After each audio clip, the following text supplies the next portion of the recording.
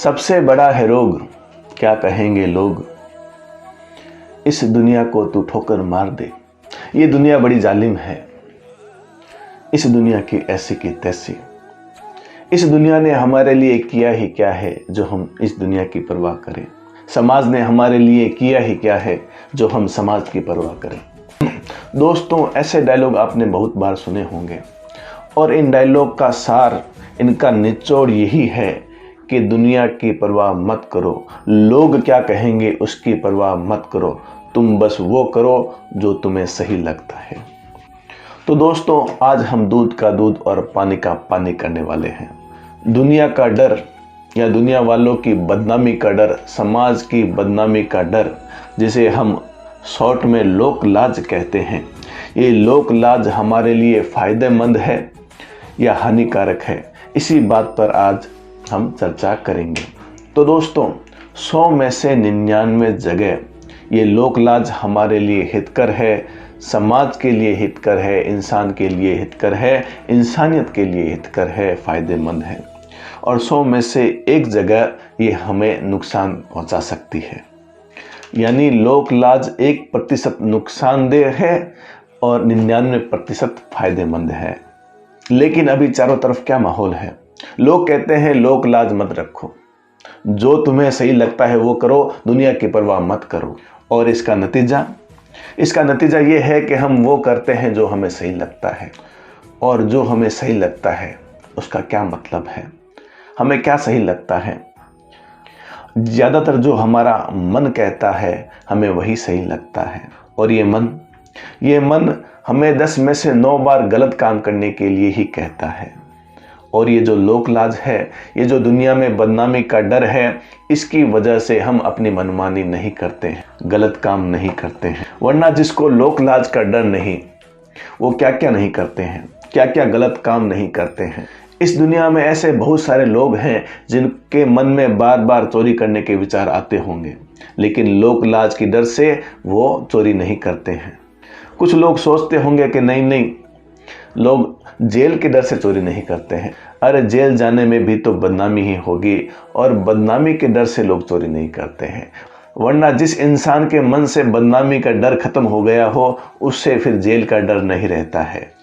और इसीलिए ये जो पक्के चोर होते हैं वो बार बार चोरियां करते हैं, उन्हें जेल का कोई डर नहीं होता है। इसलिए अगर लोक लाज का डर न हो तो घर घर चोरियां होने लगे, खुलेआम चोरियां होने लगे, कुछ भी चीज़ें सुरक्षित ना रहें।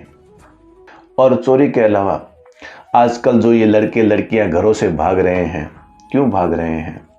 क्योंकि इनमें लोक लाज खत्म हो गई है। ये कहते हैं दुनिया की ऐसी की तैसी, समाज की ऐसी की तैसी, परिवार की ऐसी की तैसी।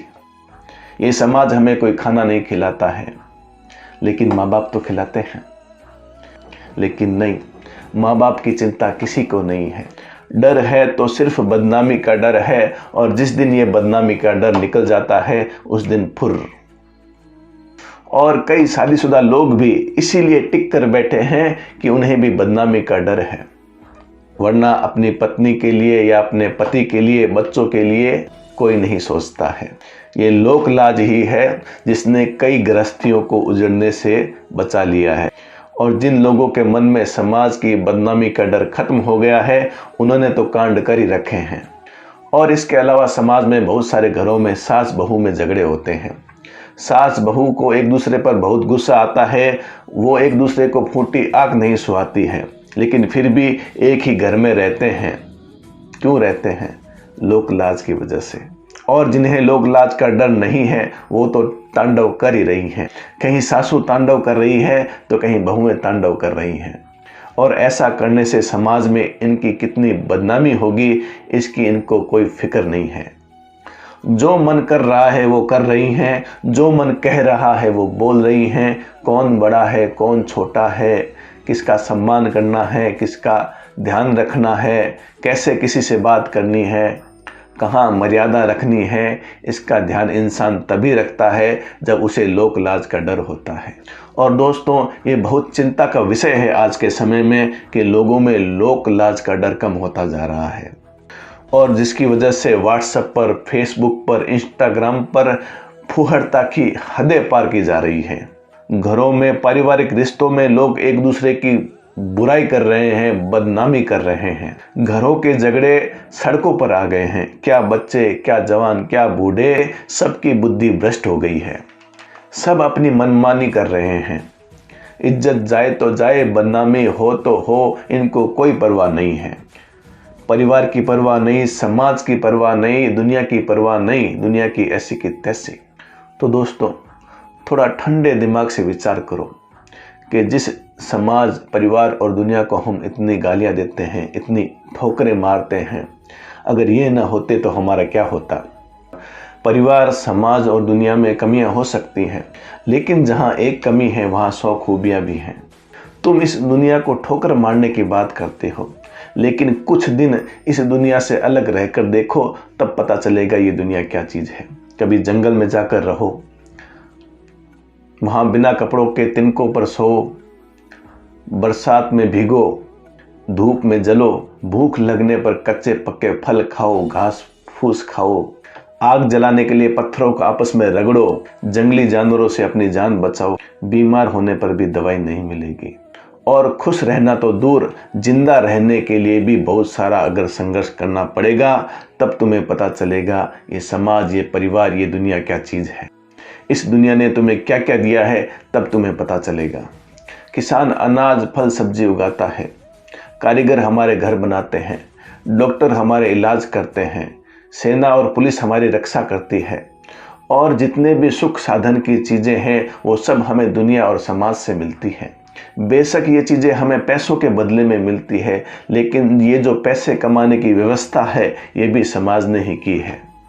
और इतनी सब व्यवस्था और सुख सुविधा के बदले में हम समाज को क्या देते हैं, दुनिया को क्या देते हैं? गालियाँ। परिवार ने मेरे लिए ये नहीं किया, समाज ने मेरे लिए ये नहीं किया, मेरे काम पड़ा तो वो मेरे काम नहीं आए।